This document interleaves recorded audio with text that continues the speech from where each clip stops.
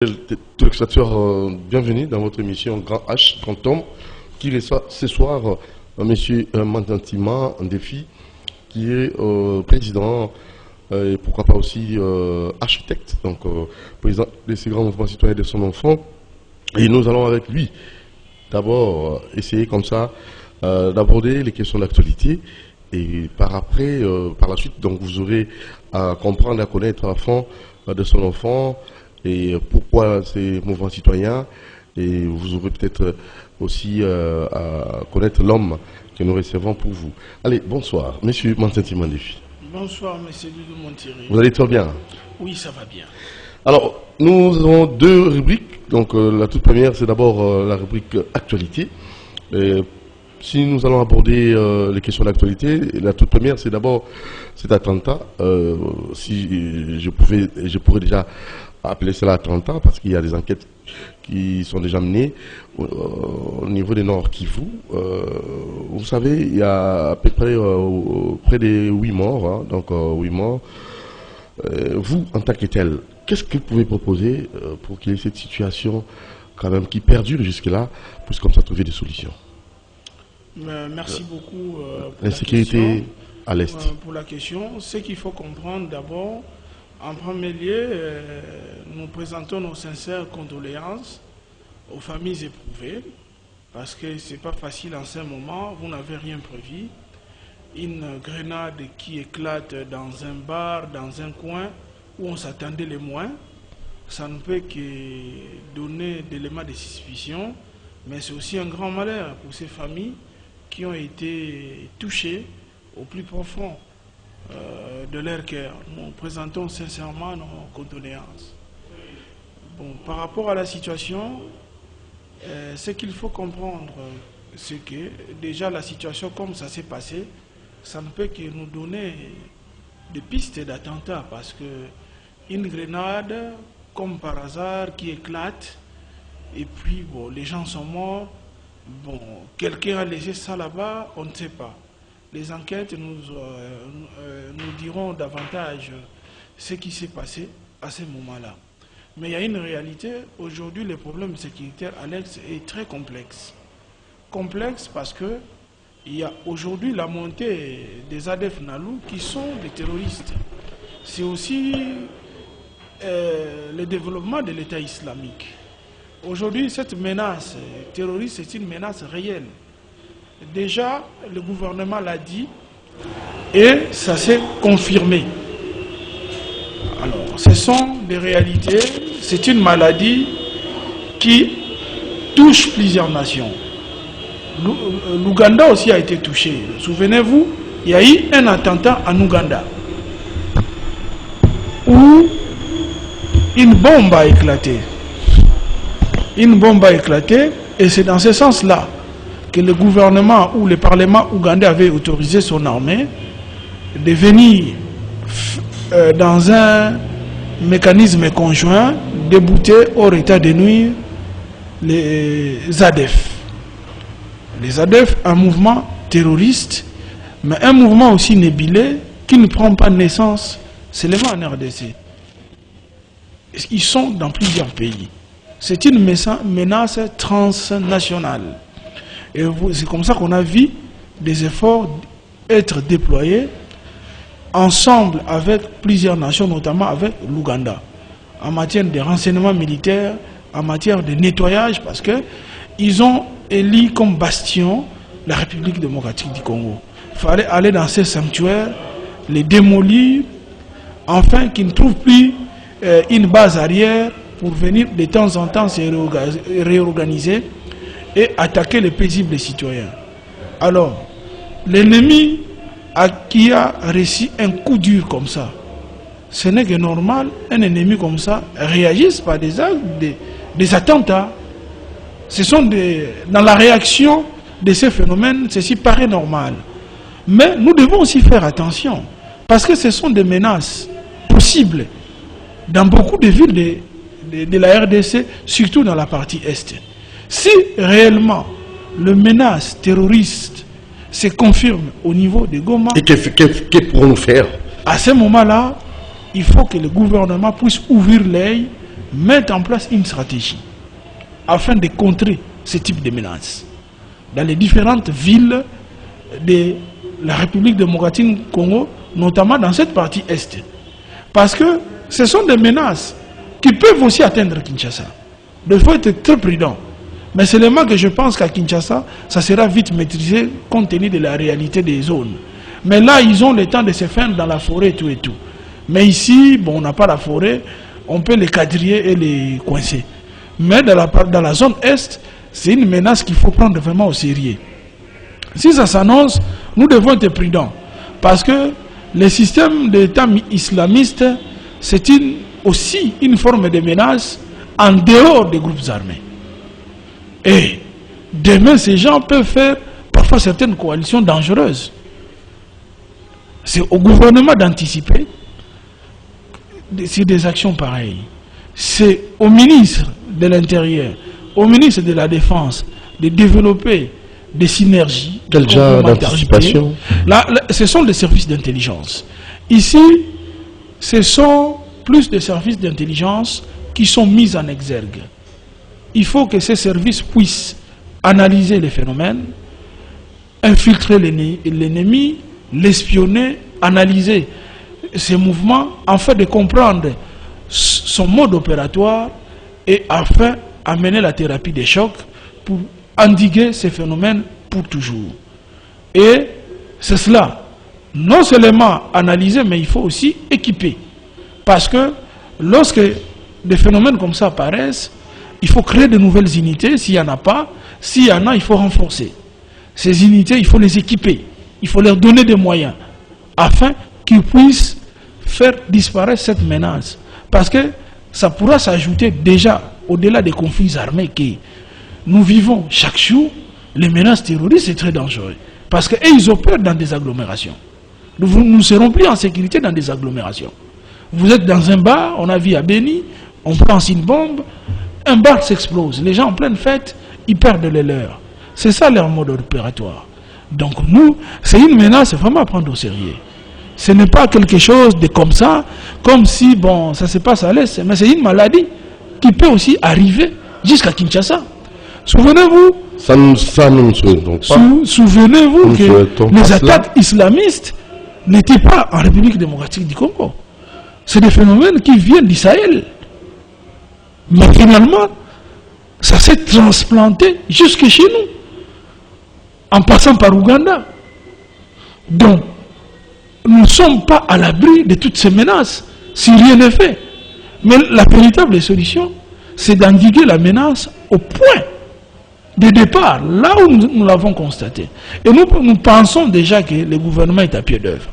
Parce que les efforts qui sont conjugués entre le gouvernement et l'armée ougandaise, c'est ce qui a poussé l'ennemi à changer le mode opératoire.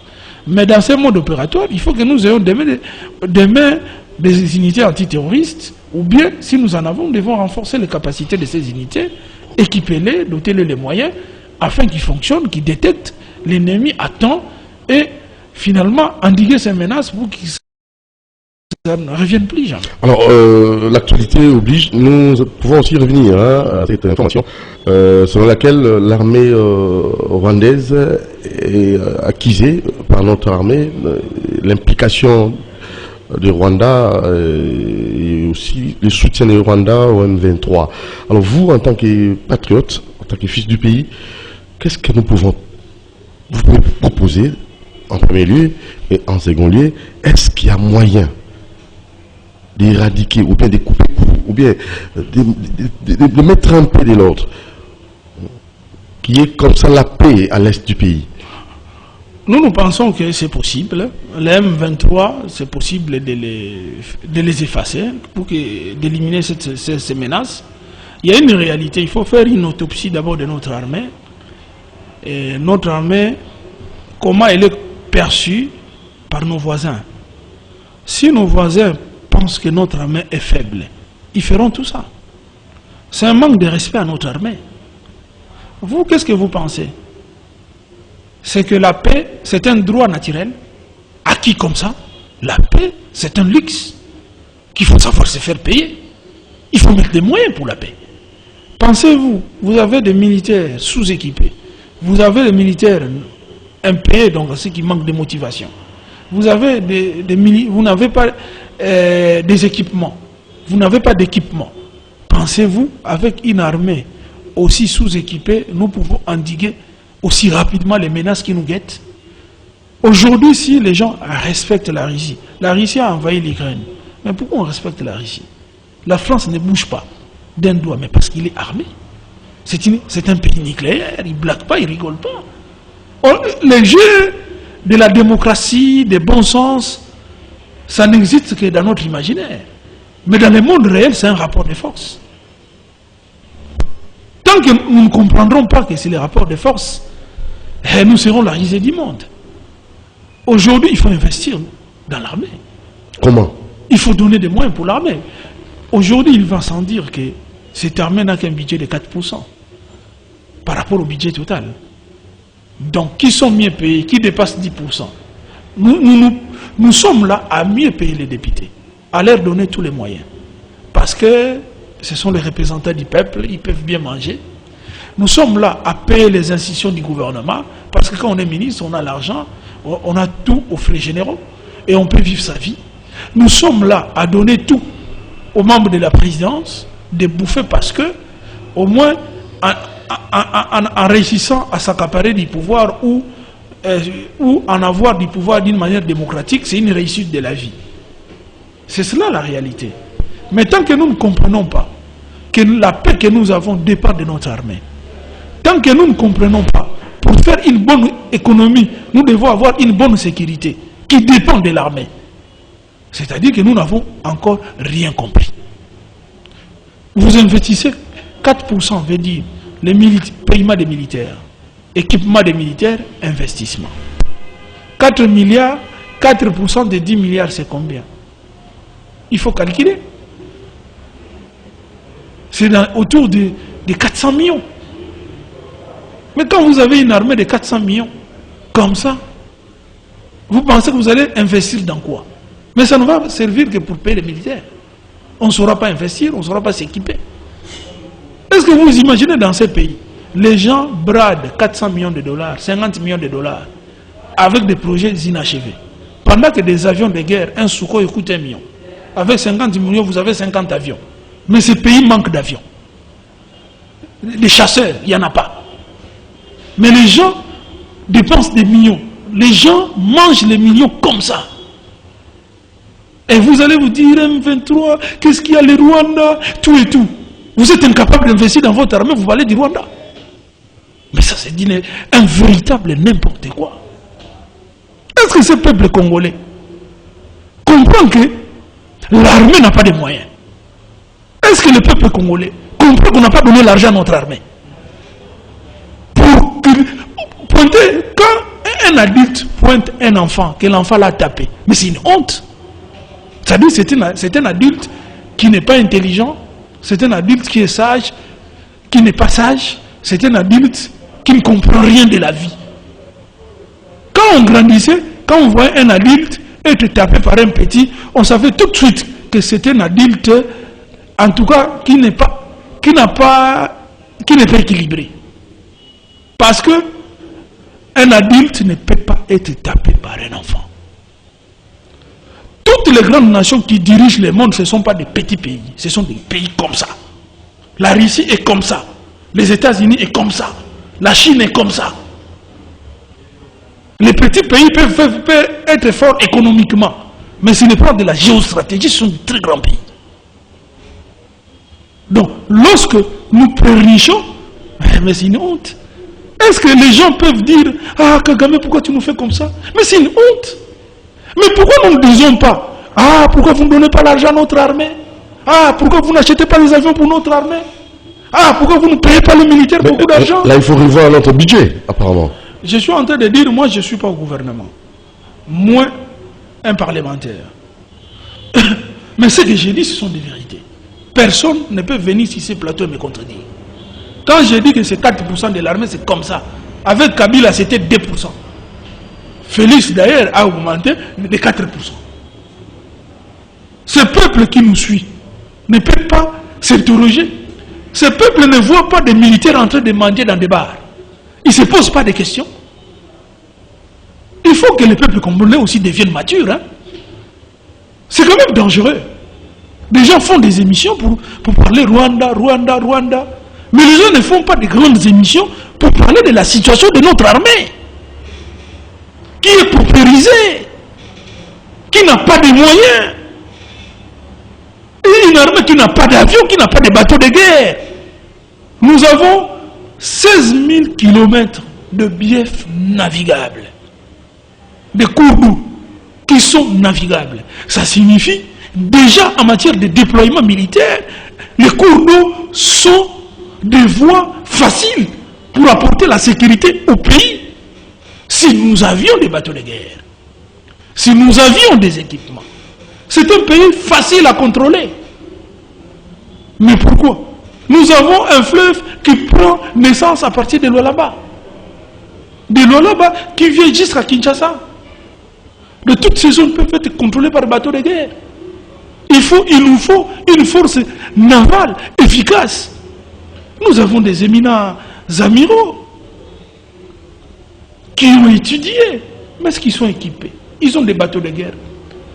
On préfère faire des projets de tape-l'œil. Finalement, qui aime ces pays? On se pose des questions. Qui aime ces pays? D'une part, nous avons un parlement qui fait fi de tout ça, qui vote un budget de 4% pour ses propres soldats qui doivent leur apporter la sécurité. Et ils ferment les yeux. De l'autre côté, nous avons une population amorphe qui ne se pose pas de questions. Et une population qui voit son soldat en train de demander l'argent dans un bar. Ça ne lui dit rien.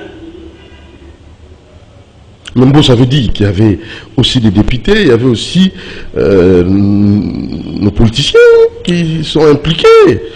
Vous demandé d'arrêter, de cesser avec cette mauvaise habitude.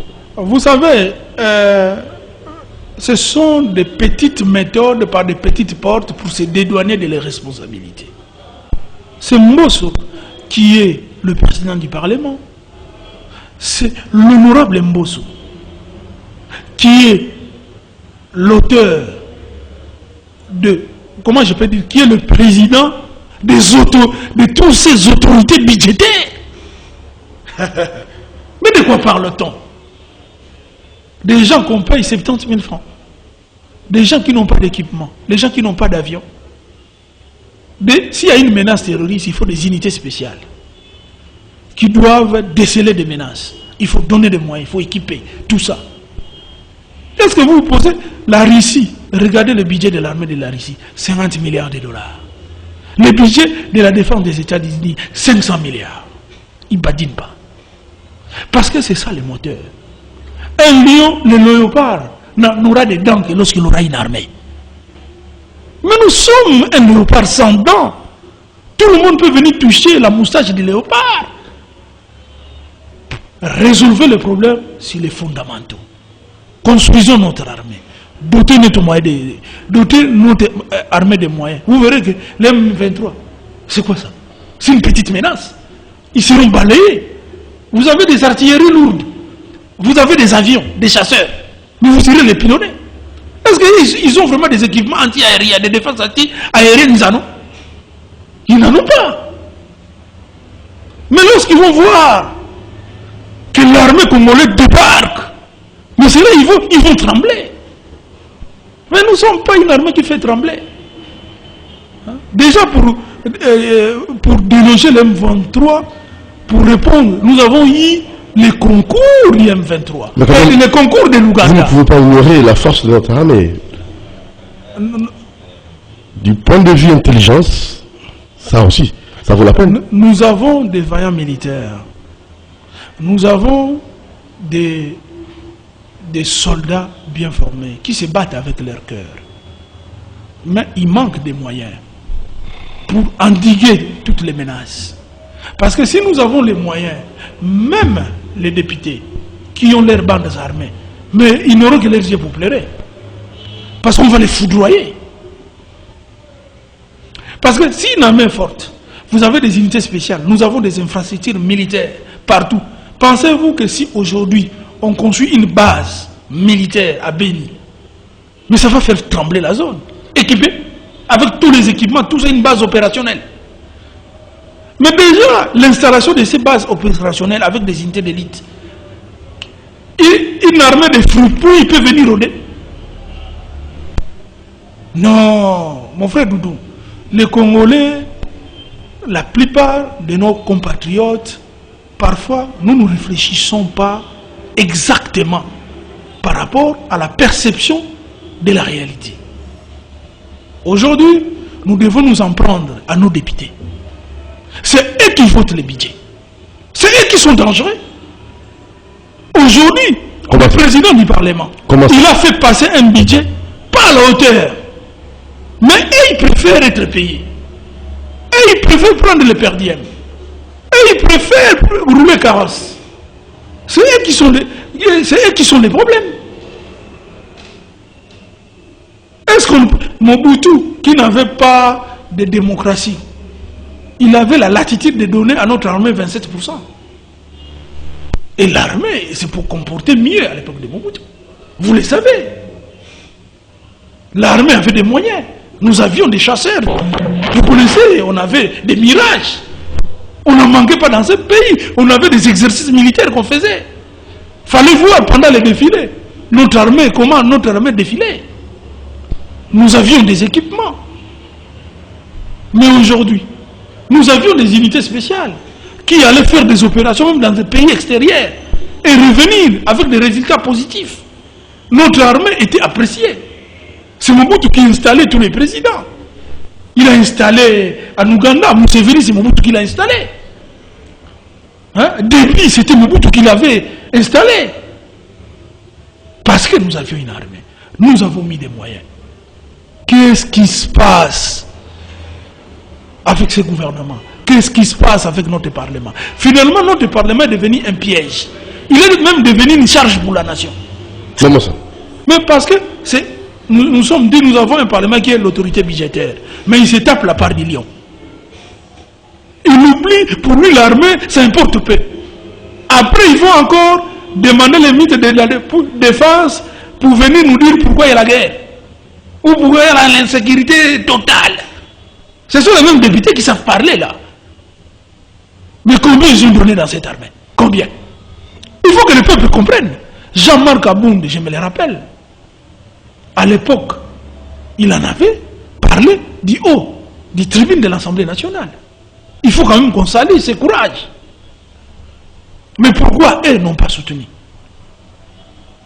L'union sacrée, bon, c'est peut-être parti, les politiciens, bon, c'est sucré.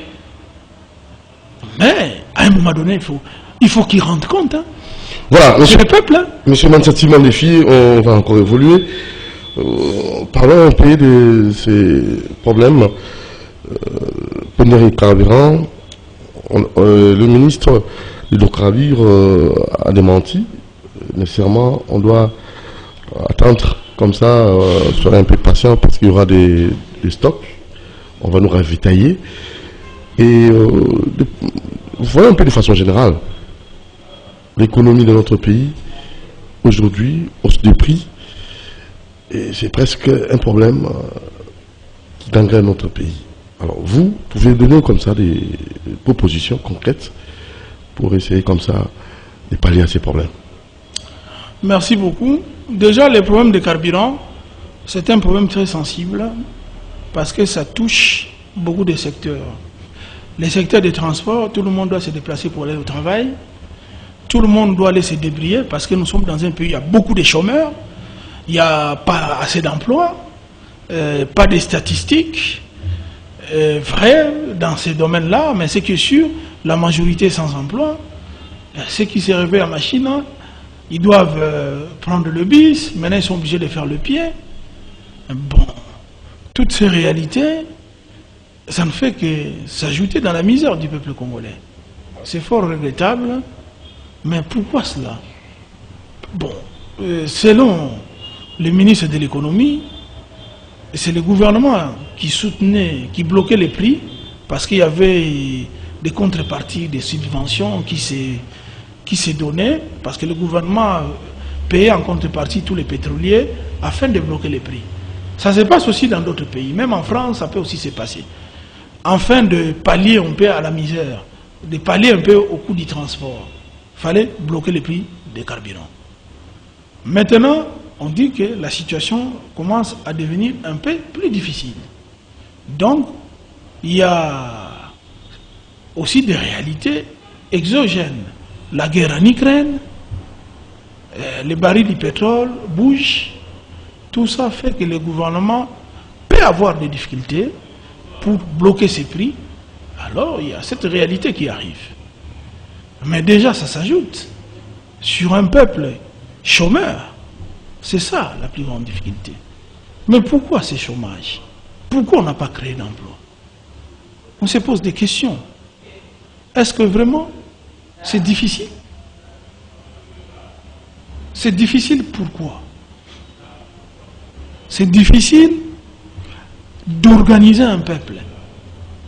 Parce que ce qui nous manque dans ces pays, d'abord c'est l'organisation. Organiser tous les secteurs de la vie nationale. Organiser les secteurs de paiement. Parce que l'État, il a le rôle d'organiser. Mais les petites et moyennes entreprises peuvent résorber aussi le chômage s'il y a une bonne politique d'encadrement des entreprises. La fois dernière, je vous l'ai dit, lorsque vous ouvrez une entreprise dans ces pays, vous avez une politique fiscale qui vous décourage. Ça ne se passe pas seulement au plus bas niveau. Même les entreprises qui viennent des entreprises minières, beaucoup fuient. Ils vont investir dans des pays limitrophes à cause de notre fiscalité.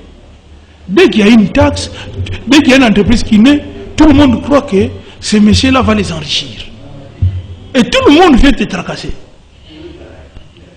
Est-ce que le gouvernement est conscient de cette réalité? Est-ce que le gouvernement est conscient pour sécuriser le paisible citoyen qui se débrouille avec leurs petites et moyennes entreprises? Il faut faire une politique fiscale attractive qui permet aux Congolais de devenir demain des entrepreneurs dans leur pays. Aujourd'hui, à l'état où nous sommes, un pays qui n'a pas d'infrastructures adéquates, nous n'avons pas de routes, l'énergie pose problème. Déjà, il n'y a pas de courant. Nous sommes ici, il n'y a pas de courant. Chez moi, à la maison, il n'y a pas de courant. Quand vous appelez les jets, ils vous disent qu'il y a une turbine à Ninga qui a cédé. Il faut réparer.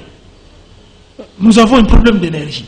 Quel est cet investisseur sérieux qui a ses moyens, qui va choisir le Congo comme un pays où il peut faire des affaires? D'abord, nous n'avons pas un pouvoir d'achat. Et nous n'avons pas une main-d'œuvre de qualité. Tout ça, le gouvernement ne comprend pas. Alors, le peuple des Congolais qui se débrouille, aidez-les à organiser votre système local. Si les Américains sont allés investir en Chine, c'est parce qu'il y avait des infrastructures adéquates. En Chine, il y avait toutes les infrastructures de routes, de transport. En Chine, il y avait la main-d'œuvre qualifiée de bonne qualité. Avons-nous même une politique de main-d'œuvre? Je pense que pas du tout. Ce sont là les responsabilités des différents ministères. Mais une vision du Premier ministre. Quelle est la vision du Premier ministre en politique d'entrepreneuriat local? Il donne la responsabilité au ministre de paiement. Est-ce qu'il suit, il contrôle? Est-ce qu'ils ont un monitoring? Même au niveau de la présidence, parce qu'il s'agit du mandat du président de la République. Est-ce qu'il fait-il un monitoring dans ce sens-là? Parce qu'il ne suffit pas de dire, le ministre va faire, et puis on dort. Vous savez que lorsque vous donnez un travail à quelqu'un, vous lui faites faire un travail, si vous ne suivez pas, ce monsieur-là peut tourner les pouces. Il peut croire que, bon, il est là. Savez-vous, dans d'autres pays, ils ont, quand il y a un service, mais ils ont même des services de renseignement pour suivre ou pour auditer, comment on peut dire, pour tirer les informations d'une manière intelligente du fonctionnement de ce ministère-là. Donc, pour des moyens. Contre-suivi. Ben oui. Vous ne savez pas, mais le président de la République a son service de renseignement qui lui dit la performance de chaque DG, la performance de chaque ministre, sans que vous le sachiez. Lorsque vous donnez un travail, vous devez contrôler. Et laissez d'abord le Parlement en dehors. Mais le Premier ministre, est-ce qu'il contrôle son ministre? Il contrôle ses ministres. Il fait-il le monitoring? Ou il gère des ministres tout puissants? Au niveau de la présidente de la République, est-ce qu'on contrôle? Nous avons aujourd'hui un pays où il y a beaucoup de chômeurs. Aujourd'hui, on ne peut pas dire on a créé l'emploi. Pourquoi? Est-ce que c'est compliqué ça? Ou c'est un problème de compétences? Le président de la République, aussi, il peut avoir la bonne foi. Il peut avoir la bonne foi, mais les problèmes résistent ou résident dans les choix, M. Doudou. Dans les choix des animateurs. Parce que ce n'est pas tout animateur qui peut bien faire. Dans le domaine de la gestion des projets, il y a ceux qui sont dans la conception. C'est déjà dans l'air ADN. Maintenant, et ceux qui sont dans l'opérationnel, c'est aussi dans l'air ADN. Un projet peut paraître bien sous vos yeux. On peut construire par exemple 145 territoires. Voici, on peut mettre tel moyen. Avec autant, on peut les faire. Comme ceci. Et puis, on dit, ah, on regarde, c'est un très beau projet. Donc, si on donne ces moyens, c'est bien, ça va être exécuté. Mais dans l'opérationnel, attention. Cela ne signifie pas que vous l'avez réalisé.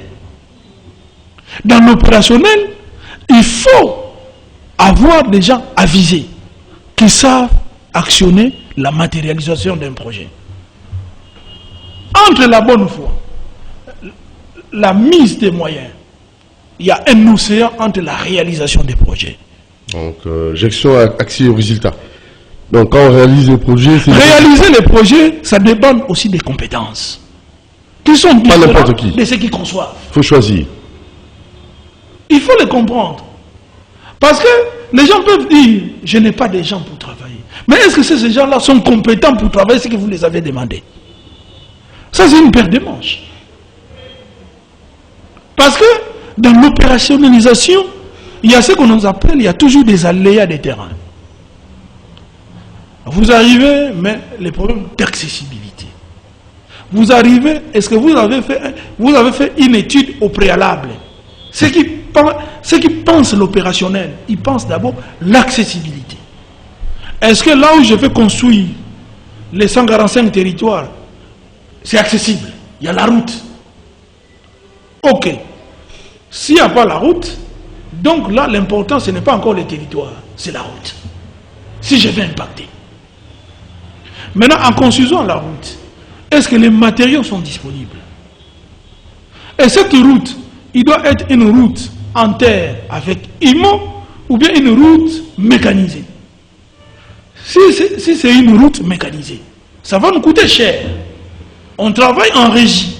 Donc l'office de route peut travailler en régie, afin de réduire les coûts, mais d'impacter. On est dans l'opérationnalisation, on regarde. Parce que pour avoir les résultats, il ne suffit pas de dire que j'ai les moyens et puis j'ai les projets, non. Et ceux qui gèrent doivent être contrôlés. Ils doivent rendre compte, pas seulement au Parlement, mais dans l'opérationnalisation. Vous avez tout un service de suivi et contrôle qui fait rapport. Dans l'opérationnalisation, est-ce que nous avons la main-d'œuvre locale disponible? Ah, nous n'en avons pas, donc nous devons former. Nous n'allons pas quand même amener un maçon des Philippines. Nous n'avons pas quand même amené un maçon de la Chine. C'est une insulte. Même au président de la République. Si on ne sait pas créer une école de maçonnerie, des agistères, c'est que c'est une insulte. Ça signifie que nous avons les personnes les plus incompétentes dans ces pays. Donc, créons des écoles pour former. Et un centre de formation professionnelle, ça peut nous prendre 9 mois. C'est dans l'opérationnel. Parce que l'objectif, c'est quoi? La dynamique de la construction de ces projets permettra de donner aussi des moyens aux ménages congolais. Que cet argent n'aille pas ailleurs, que cet argent puisse se retrouver dans les poches des pauvres Congolais qui vont trouver de l'emploi. Et demain, l'Institut national des statistiques fera des statistiques qu'au cours de l'année telle, il y a eu autant de PME qui se sont créés, ou l'office de route qui a travaillé là-bas, il a engagé autant de jeunes pour des travaux qui ont duré 3 ans. Ce sont des contrats à durée déterminée, des CDD. Ça existe.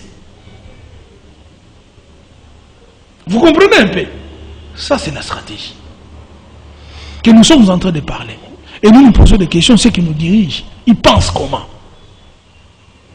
Je ne veux pas penser autrement que ça.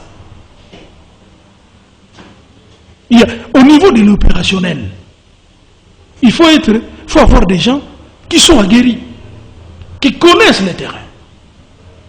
Pas des théoriciens qui sont dans des bureaux climatisés. Des gens de terrain.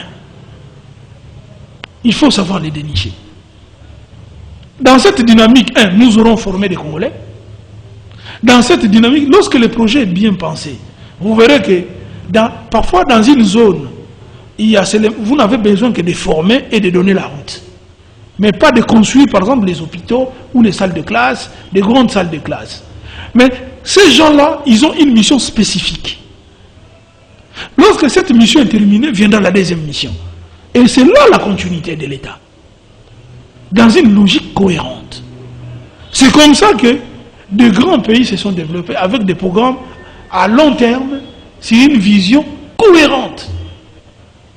Donc c'est un problème de vision.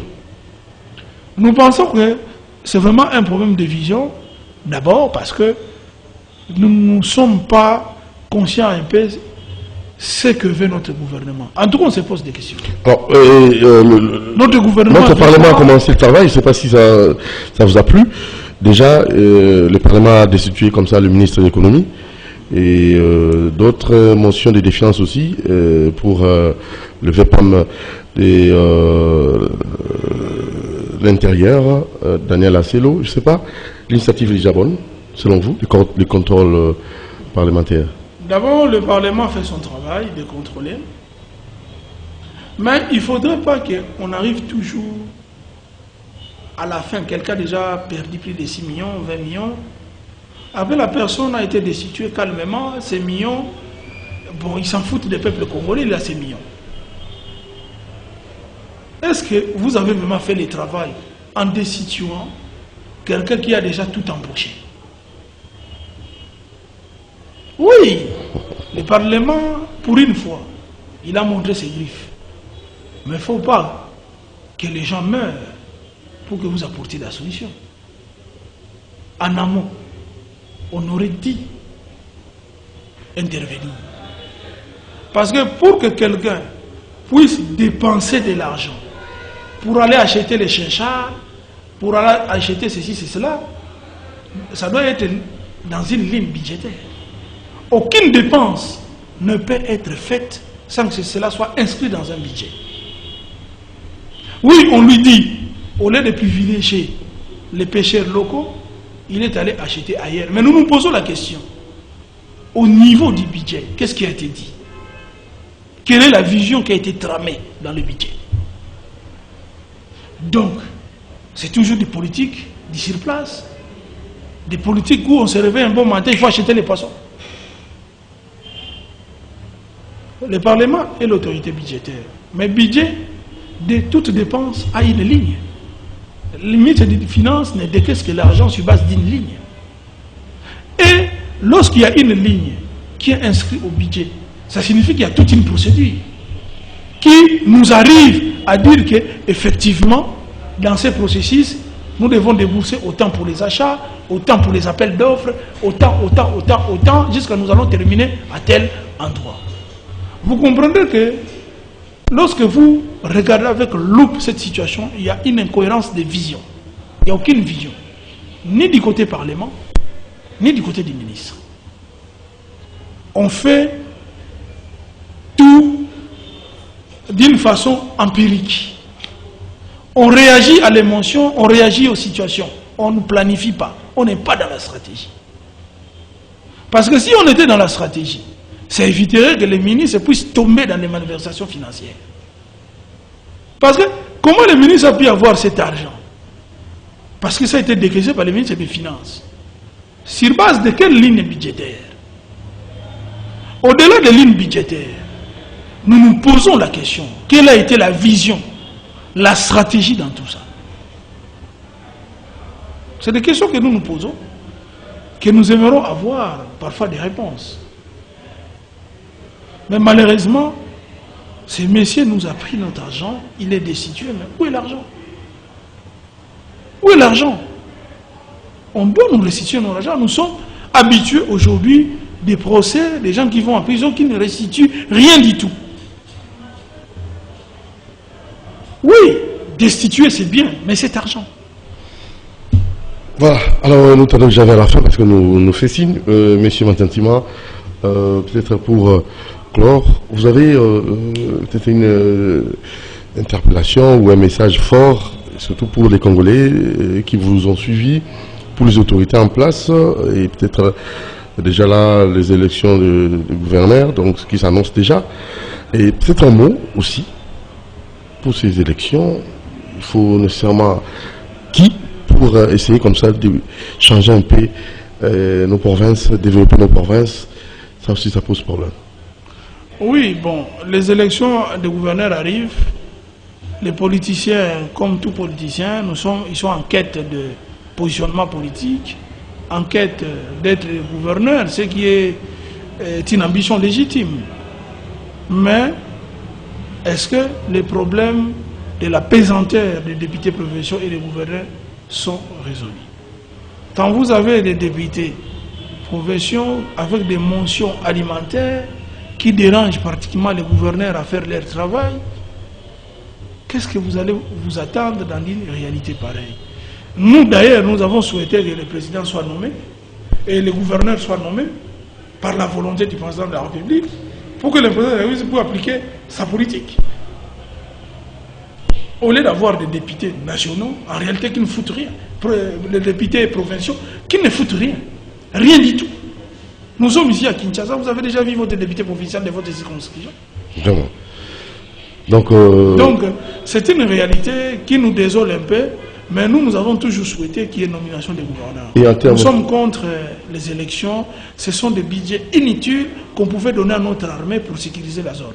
Et la présence de Jean-Claude Van Damme, l'investisseur, oui, ça inspire confiance? Oui, nous sommes contents. D'ailleurs, le président lui a donné les passeports diplomatiques, ce qui est très intéressant parce que c'est une méthode d'encourager des gens qui aiment notre pays et qui peuvent être nos ambassadeurs, qui peuvent appeler des gens qui ont des moyens pour venir investir au Congo. Très bien. Donc, quand quelqu'un aime votre pays, il trouve du plaisir à être dans votre pays, c'est un plaisir. Van Damme, c'est notre idole.